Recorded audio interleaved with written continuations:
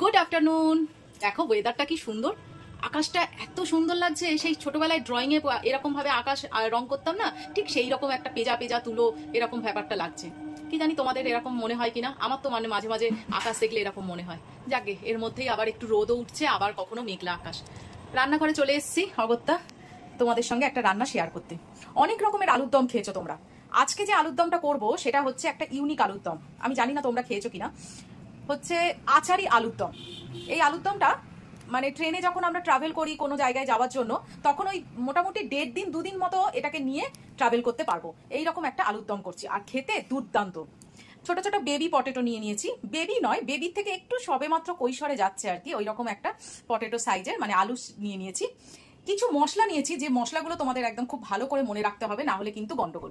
সর্ষে নিয়েছি 1 চামচ, ছোট্ট চামচের 1 চামচের সর্ষে নিয়েছি, মৌরি নিয়েছি, ধনে নিয়েছি, জিরে নিয়েছি, গোলমরিচ আমার গোটা ছিল না তাই জন্য গোলমরিচ গুঁড়ো নিয়েছি, জোয়ান নিয়েছি, আর শুকনো লঙ্কা নিয়েছি। এইটা আমি প্রথমে মিক্সিতে একটু গুঁড়ো করে নেবো হালকা খোলায় ভেজে।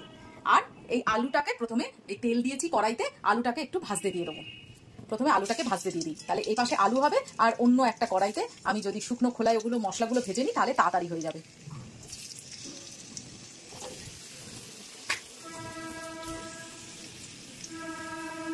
ভাজার জন্য নুন দিলাম, হলুদ দিলাম, আর দেব লঙ্কার গুঁড়ো। খুব সুন্দর করে আগে এটা ভেজে নেব, গায়ে একটা ভাজা ভাজা রং আসবে, তারপরে আমি এই আলুটাকে নামিয়ে নেব। তাহলে ততক্ষণ এটা ভাজুক, আর এইটা একটু অন্য শুকনো খোলায় ভেজে আমি গুঁড়ো করে নিই। এই যে আলুর গায়ে সুন্দরভাবে রং ধরে গেছে, মানে আলুটা খুব সুন্দর করে ভাজা হয়ে গেছে। এইবারে আমি আলুটাকে নামিয়ে নেব। এইবারে হচ্ছে আসল মজা। তেলের মধ্যে, ওই তেলের মধ্যে আর তেল দেবো না, এইটুকুনি তেল সাফিসিয়েন্ট। এর মধ্যে দিয়ে দেবো হিং একটু, এখানে দিয়ে দেবো কালো জিরে, মেথি, আর কাঁচা লঙ্কা।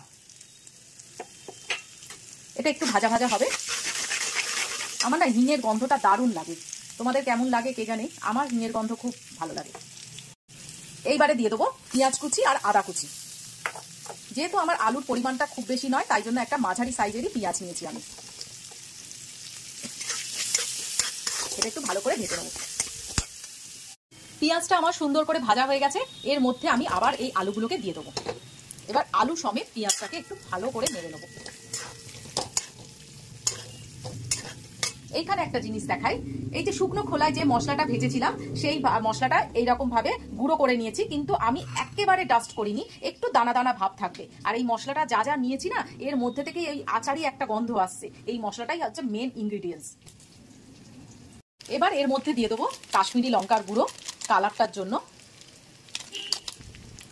আর দিয়ে দেবো, যেহেতু আচারি আলুর দম সেজন্য একটু আমচুর পাউডার দিয়ে দেবো, যাতে একটু আচারি আচারি ফ্লেভার আসে। আর এবার এই মশলাটা দিয়ে দেবো, পুরোটা না দিলেও যতটা আমার আলু আছে সেই অনুযায়ী আমি মশলাটা দিয়ে দিলাম। এটা একটু চোখের আন্দাজে দিয়ে দেবে। এবার এটাকে খুব ভালো করে একটু কষে নেবো, তারপরে জল ঢালবো। এটা না দারুণ খেতে হয় জানো তো। এর একটা মানে আমরা যেরকম সাধারণ আলুর দম খাই সেই রকম আলুর দম নয়, না টমেটো পড়বে না কিছু, দই পড়বে। এটা একটা অন্যরকম, অথচ খুব কম ইনগ্রিডিয়েন্টস দিয়ে তৈরি করা, আর এটা থাকেও অনেক দিন। একটু নেড়ে নিই। আলুটা আমার ভাজা ভাজা হয়ে গেছে, এবার সামান্য একটু জল দেবো, বেশি জল দেবো না, কেননা ভালো মতো আমি আলুটাকে প্রথমেই ভেজে নিয়েছিলাম, ওই জন্য শুধু মশলাটা যেন গায়ে লেগে যায় আলুটার, এই জন্যই জলটা দিই। এইটা এইবারে একটু শুকিয়ে এলেই নামিয়ে নেবো। ব্যাস, কত তাড়াতাড়ি একটা রান্না, অথচ খেতে দুর্দান্ত। এবার একটু জলটা শুকিয়ে যাক। আচারি আলু ডান। এইবারে আমি দিয়ে দেবো একটু ওপর থেকে কাসুরি মেথি। ব্যাস, দেখো কত সোজা একটা রান্না, অথচ খেতে দারুণ লাগে। দেখো প্রথমে দর্শনধারী, তারপরে গুণবিচারী। দর্শনটা তোমরা করে নাও, আর গুণবিচারী যখন তোমরা নিজেরা বাড়িতে করবে তখন গুণবিচারী করবে। আমি এখন টেস্ট করে দেখেছি, অসম্ভব একটা সুন্দর খাবার তৈরি হয়েছে, একটা সুন্দর ডিশ, যেটা রুটি পরোটা লুচি যাই হোক দিয়ে দুর্দান্ত লাগবে। আমি বলছি করে দেখো একবার, কেমন? টাটা।